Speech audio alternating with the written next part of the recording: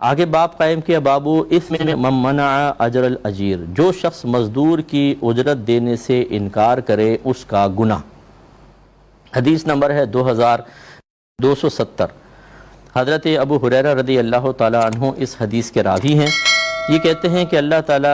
کہ نبی کریم صلی اللہ علیہ وسلم نے فرمایا کہ اللہ تعالیٰ ارشاد فرماتا ہے، میں قیامت کے دن 3 شخصوں کے خلاف مدعی ہوں گا، یعنی دعویٰ کرنے والا، مدعی کہتے ہیں دعویٰ کرنے والا، مقدمہ درج کرنے والا، جھگڑنے والا۔ اللہ تعالیٰ فرماتا ہے 3 شخصوں کے خلاف مدعی ہوں گا۔ ایک وہ شخص جس نے میرے نام سے عہد کیا پھر عہد شکنی کی، یعنی باقاعدہ حلفیہ ایگریمنٹ کیا اور پھر وہ اس عہد سے پھر گیا، اس نے عہد شکنی کی، توڑ دیا وعدہ والا ہے۔ تو سرکار نے ارشاد فرمایا کہ اللہ تعالیٰ نے فرمایا دوسرا وہ آدمی جس نے کسی آزاد آدمی کو فروخت کر کے اس کی قیمت کھا لی۔ تیسرا وہ شخص جس نے کسی آدمی کو اجرت پر مزدور رکھا، اس سے پورا کام لیا پھر اس کو اجرت نہ دی۔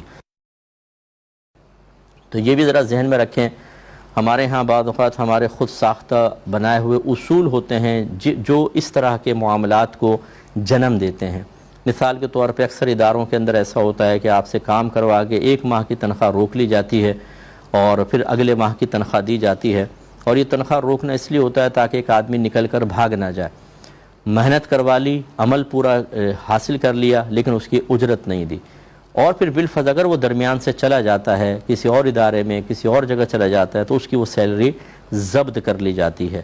یہ ظلم کی ایک صورت ہے۔ اگر آپ کو مزدور کو روکنا ہے، آپ کو یہ خوف ہے کہ بھی چلتے کام میں چھوڑ کے چلا جائے گا تو ادارے کو نقصان ہوگا، اس کے لیے اور کوئی شرعی ہیلہ اختیار کریں۔ یہ طریقہ کار صحیح نہیں ہے کہ کسی نے کام کیا، وہ اپنی مزدوری کا مستحق ہو گیا، اس کا لینا واجب نہیں، ہمارا دینا واجب ہے، اور ہم سزاً اس کی مزدوری اجرت کو دبا لیں، سیلری دبا لیں کہ تم کیوں گئے چھوڑ کر، فلاں جگہ کیوں جوائن کیا لہٰذا ہم تمہیں سیلری نہیں دیں گے۔ یہ نہیں کر سکتے ہیں، یہ اس حدیث کے تحت آئے گا، تو ذرا ذہن میں رکھیے۔ اسی طریقے سے بعض لوگ کام پورا کروا دیتے ہیں اور پھر مزدوروں کو کم پیسہ دیتے ہیں، ان کی مزدوری نہیں دیتے ہیں، وہ بیچارہ رو رہا ہوتا ہے، گڑ گڑا رہا ہوتا ہے، لیکن ہم نہیں دیتے ہیں، رنگ کروا لیا، پیسے تھوڑے دے دیے۔ جو ایک تو ہمارے یہاں خرابی یہ ہوتی ہے کہ ہم پہلے طے نہیں کرتے ہیں، ہم کہتے ہیں جی رنگ کروانا ہے 4، جو مرضی دے دیجئے گا، چلو اچھا شروع کر لو۔ بھائی کیوں شروع کر لو؟ جو مرضی دے دیجئے گا، یہ تو جھگڑے کا ایک اصل سبب ہے۔ ہونا ہی چاہیے پہلے اجرت طے کریں، کتنے پیسے لوگے یہ بتاؤ، اور کس اسٹینڈرڈ کا کام کرنا ہوگا، اعلی درجے کا،